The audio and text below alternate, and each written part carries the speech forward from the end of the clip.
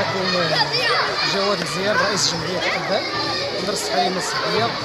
كيف كتشوفوا اليوم اليوم الوطني للتعاون المدرسي، قامت الجمعية وإدارة المؤسسة بصفة عامة الأطر التربوية بعدة أنشطة، منها الصباح داز النشاط البيئي،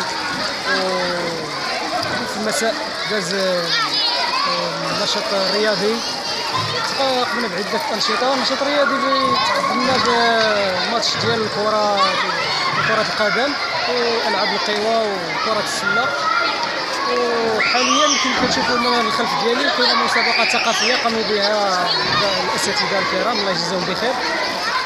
الحاجه الوحيده اللي كننتظروا ان الجمعيه بحاجه للدعم لهذه المؤسسه، لان هاد الاطر اللي كاينين في اعضاء جمعيه الاباء الحمد لله باغيين يخدموا عندهم ما يقولوا كيحضروا وكيكلفوا من وقتهم وكيجيو، يعني بحاجه لواحد الدعم. لان حاليا حاطين واحد البرنامج بيئي، حاطين واحد الورش اسسنا نادي بيئي داخل المؤسسه، وبغينا نصاوبوا واحد المشاتل داخل المؤسسه راه خططنا لها وسطرنا لها، وبحاجه للدعم الناس الى هذا الورش هذا باش يكمل.